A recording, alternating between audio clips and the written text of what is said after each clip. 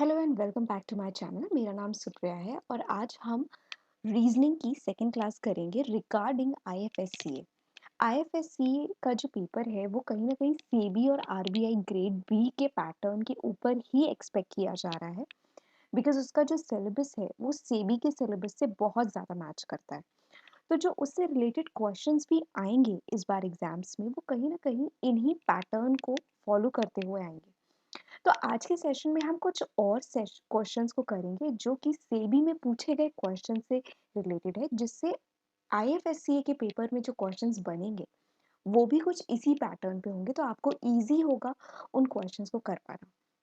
अगर आप previously RBI या फिर सेबी की प्रिपरेशन कर रहे थे तो आपके लिए ये क्वेश्चंस काफ़ी इजी होंगे, और अगर आप पहली बार इस पेपर के लिए आपने फॉर्म भरा है तो भी कोई दिक्कत नहीं, क्योंकि क्वेश्चंस थोड़े सिंपल ही होते हैं। बैंकिंग के लेवल में इनका लेवल थोड़ा सा अलग होता है, बट कंपैरेटिवली आप इनको अगर ध्यान से करेंगे तो ये काफ़ी इजी क्वेश्चंस रहते हैं जिनको आप बहुत आसानी से क्रैक कर ले जाएंगे।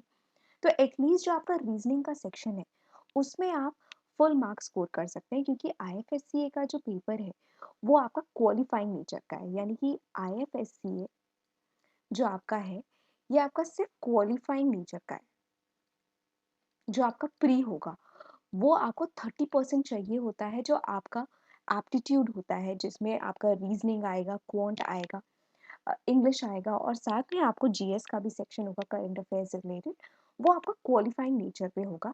इसके अलावा जो फेज टू पेपर टू होगा वो आपका एक कॉम्प्रिहेंसिव पेपर होगा जिसमें आपको 40% मार्क्स चाहिए होंगे, वो भी एक तरह का क्वालिफाइंग होता है। एंड ओवरऑल भी आपको 40% चाहिए होते हैं। तो आइए आज के सेशन के जो क्वेश्चंस हैं हम उनको करते हैं। ये जो पजल के क्वेश्चंस हैं ये आपके एक्सपेक्टेड है कि इसी पैटर्न को फॉलो करते हुए ही आपके आईएफएससीए में भी आएंगे, बिकॉज सिलेबस जो है वो बहुत हद तक सेम है। मतलब मैक्सिमम टॉपिक्स जो कवर्ड अप है वो सेम है। तो जो बाकी का आपका सिलेबस है वो अगर सेम है तो जो आपका एप्टीट्यूड आता है वो भी सेम ही होगा। तो आइए अब इन क्वेश्चंस को देखते हैं किस तरह से इन्हें सॉल्व करना है। पहला क्वेश्चन कहता है, 6 persons A, S, U, K, P and R are sitting around a circular table। तो 6 people हैं और वो सर्कुलर टेबल में है। तो हम यहाँ पर दो पॉसिबिलिटीज बना लेते हैं, 1 2 3 4 5 6, 1 2 3 4 5 6।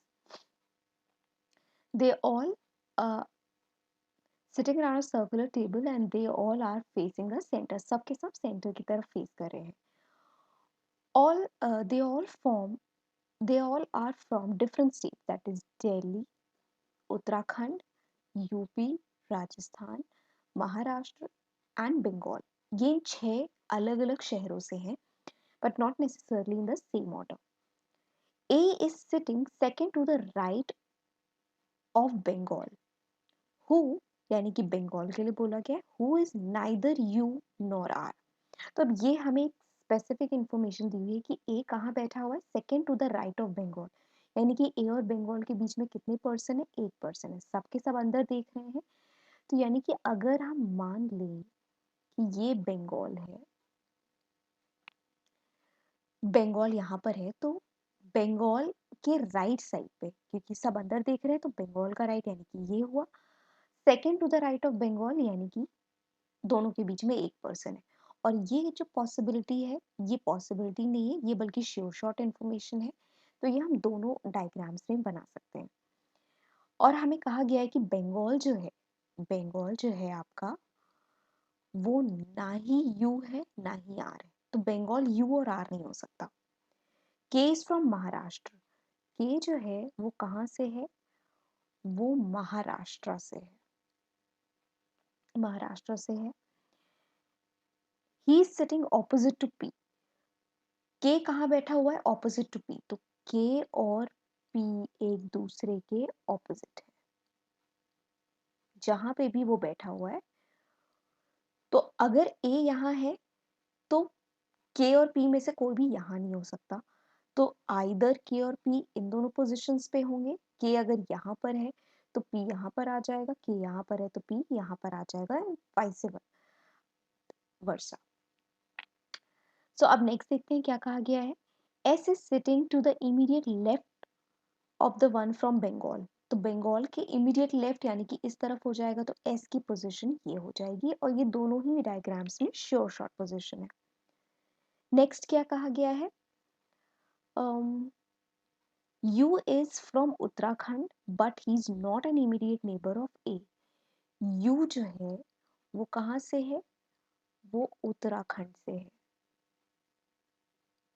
और वो ए के बगल में नहीं है, तो यू आपका यहाँ भी नहीं आ सकता, यू आपका यहाँ भी नहीं आ सकता, ये दोनों ही पोजीशंस पे यू नहीं हो सकता है। अब नेक्स्ट देखते हैं क्या कहा गया है, neither A nor S is from Rajasthan. तो ना ही ए या एस दोनों ही कहाँ से नहीं है, वो राजस्थान से नहीं है। The one who is from Maharashtra and the one who is from Delhi are immediate neighbours of each other. तो ओके, जहाँ पे भी के होगा यानी कि के महाराष्ट्र है, उसके बगल में जो बैठा होगा वो दिल्ली से होगा। तो अब यहाँ पर हम इन इक्वेशंस को यहाँ पुट अप करने की कोशिश करते हैं। हमें मालूम है के और पी जो है वो एक दूसरे के ऑपोजिट पे है, तो हम एक अजम्पशन लेके देख लेते हैं। एक में हम के को यहाँ मान लेते हैं और पी को यहाँ मान लेते हैं, बिकॉज ये महाराष्ट्र है, और के यहाँ नहीं हो सकता क्योंकि ये ऑलरेडी बंगाल है, तो ये महाराष्ट्र हो गया।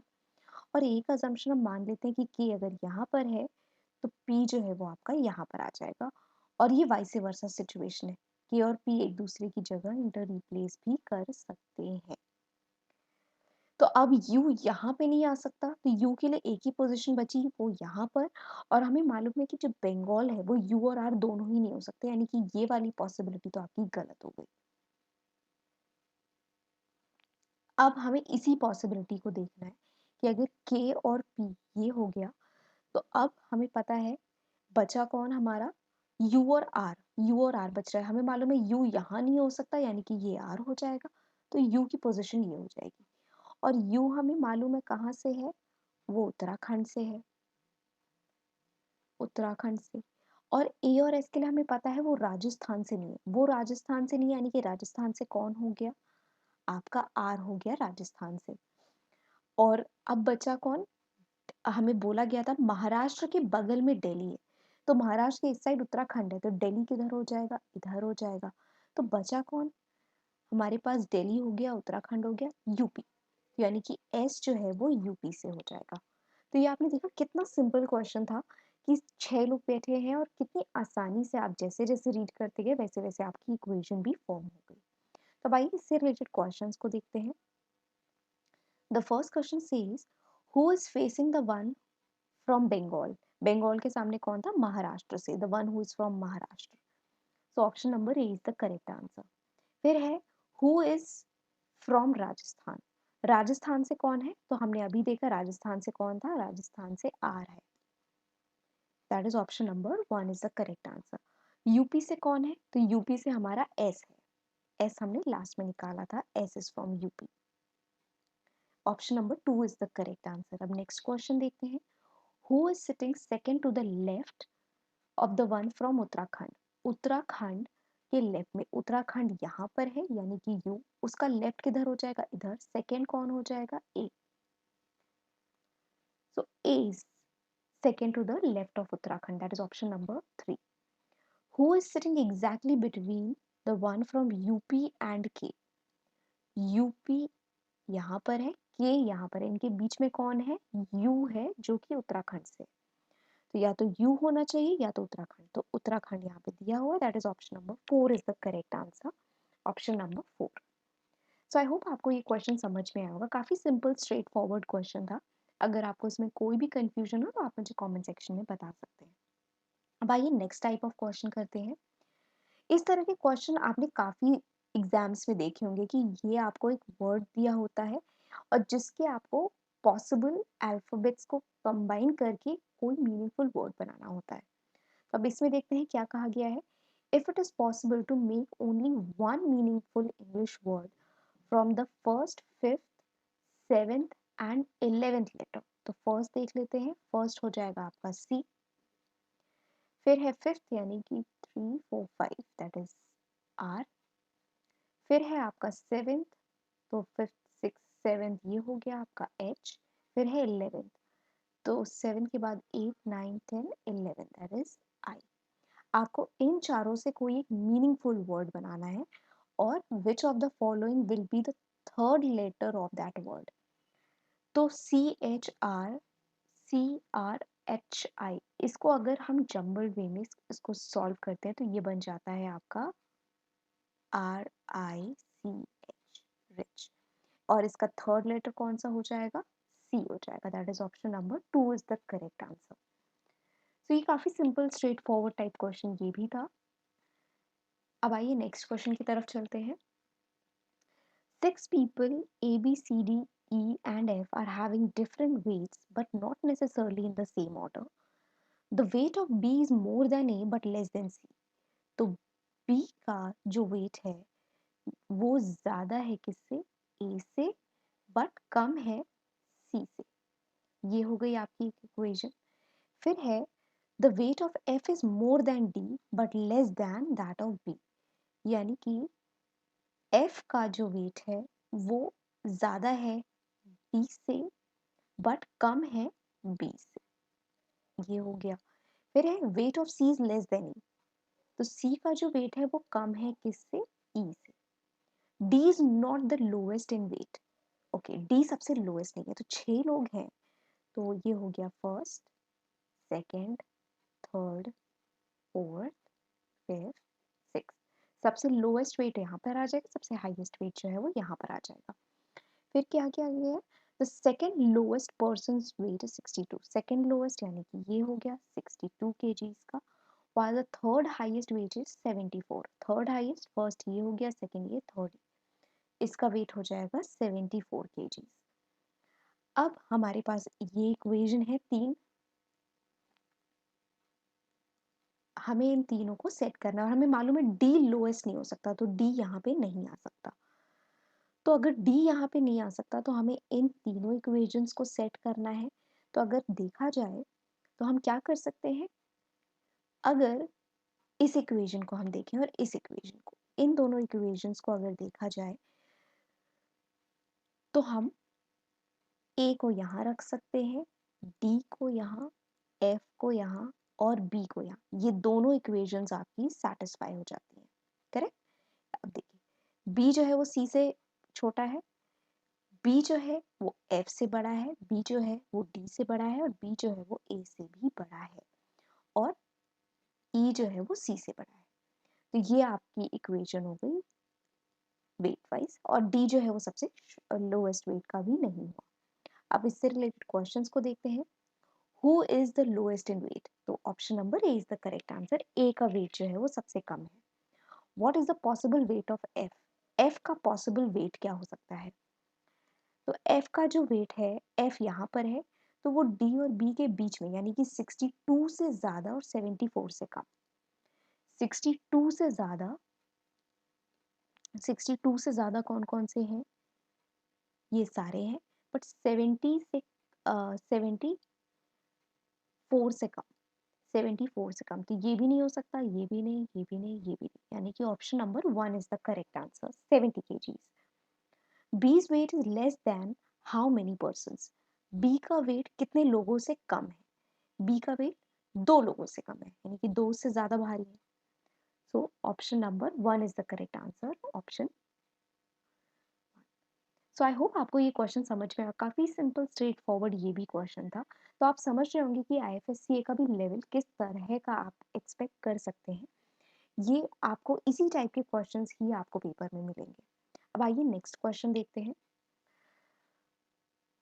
Study the information carefully and answer the question. 6 persons P, Q, R, S, T and U were born in 3 different months, May, September and November, on 2 different dates, 19 and 16, but not necessarily in the same order. यानी कि हमारे पास मई के 2 columns हो जाएंगे, मई के 2 columns हो गए। फिर आपका सितंबर के 2 कॉलम्स हो गए। फिर आपका नवंबर के 2 कॉलम्स हो गए। ये आपका 9th है, ये 16, 9, 16, 9 एंड 16। ये हमने दो पॉसिबिलिटीज ले ली। अब देखते हैं क्वेश्चन में क्या कहा गया है। P was born after R but not on the same date as that of R. P जो है वो R से पहले पैदा हुआ, sorry, P is born just after R, यानी कि R पहले पैदा हुआ है, P उसके बाद पैदा हुआ है। इमीडिएटली नॉट इमीडिएटली ये नहीं कहा गया है, बट सेम डेट पे नहीं है। नेक्स्ट है the number of persons born before S is equal to the number of persons born after T। तो S के पहले जितने लोग हैं T के बाद भी उतने ही लोग हैं। Q and U were born in the same month. Okay. T was born in a month having even number days. Even number days यानी कि अगर देखा जाए तो मई में आपके कितने वन होते हैं? 31 डेज। सितंबर में कितने होते हैं? 30 डेज होते हैं। और नवंबर में भी आपके 30 डेज होते हैं। And T was born in the month having even number of days. तो टी जो है वो आपका सितंबर या नवंबर में ही हो सकता है। देन हमें क्या कहा गया है? T was born even number days. 2 persons were born between R and T. तो R और T के बीच में दो लोग होंगे। तो अब एक बार एक बेसिक अजम्पशन लेकर हम देखते हैं। तो हम T को इवन नंबर डेज पे रख सकते हैं। तो अगर हम T और R के बीच में दो लोग होंगे, तो एक हम अजम्पशन ले लेते हैं दैट T जो है हमारा वो R अगर यहाँ पर है तो दो लोगों को छोड़ करके T जो है वो यहाँ पर आ जाएगा। अगर T यहाँ पर है तो T के बाद कितने लोग हैं? दो। तो S के पहले कितने होने चाहिए? दो। तो यानी कि S जो है वो आपका यहाँ पर आ जाएगा। इसके बाद का क्या कहा गया है? एक आपकी इंफॉर्मेशन थी Q and U were born in the same month. Same month तो यहाँ पर तो वो सेम हो ही नहीं सकता। तो आइदर Q और U यहाँ पर हो जाएगा या तो U और Q यहाँ पर हो जाएगा। तो बचा कौन? P। तो P अल्टीमेटली R के बाद ही पैदा होना। तो ये क्वेश्चन में तो हमें सेकंड पॉसिबिलिटी की भी जरूरत नहीं पड़ी। हमने एक ही बार में बाय जस्ट रीडिंग वंस हमने ये क्वेश्चन को सॉल्व कर लिया। अब इससे रिलेटेड क्वेश्चंस को देखते हैं किस तरह के क्वेश्चंस इसमें आए होंगे। Who was born on 16th November? 16th November, 16th of November. So it can be either U or Q. Either U or Q. That is option number 5 is the correct answer. Who was born immediately before R? R से पहले। R से पहले कोई भी नहीं, no one. So option number 5 is the correct answer. What is the square root of the sum of the dates on which R and P were born? R and P. तो R यहाँ पर है, P यहाँ पर है। 16 and 9 that is 25. That is 9 plus 16 that is 25. इसका अगर under root करते हैं तो आपका आ जाएगा 5. That is option number 3 is the correct answer. Next देखते हैं question. How many persons were born between P and U? P and U. तो P यहाँ पर है, U either will be here or here. इनके बीच में कितने लोग हैं? 1 2। और अगर U यहाँ पर होगा तो 3। तो either 2 or 3. So it should be either 2 or 3. तो हम दोनों ऑप्शंस अलग अलग हैं तो it cannot be determined. That is option number 5 is the correct answer. Who was born in a month having odd number of days? Odd number of days. Odd में कौन कौन पैदा हुआ है? सिर्फ R and P. R and P. तो R and P में से यहाँ कौन दिया हुआ है? R. That is option number 5 is the correct answer. तो ये क्वेश्चन भी काफी आपका simple and straight forward type question था।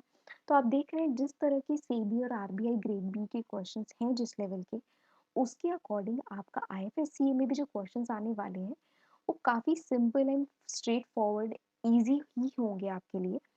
तो आपको सिर्फ ओपन माइंड के साथ प्रैक्टिस अच्छी रखिए और आप बहुत इजीली इसका एप्टीट्यूड निकाल ले जाएंगे। इसमें आपको कोई डिफिकल्टी नहीं आएगी। एंड अगर आपको ये इन क्वेश्चंस में कहीं भी कोई दिक्कत हो या कोई कंफ्यूजन हो तो आप मुझे कमेंट सेक्शन में बता सकते हैं। और अगर आपको ये वीडियो अच्छा लगा हो तो इसको लाइक कीजिए, अपने फ्रेंड्स के साथ इसको शेयर कीजिए जो आईपीएससी की प्रिपरेशन कर रहे हैं, and also subscribe to my channel. Thank you so much for watching.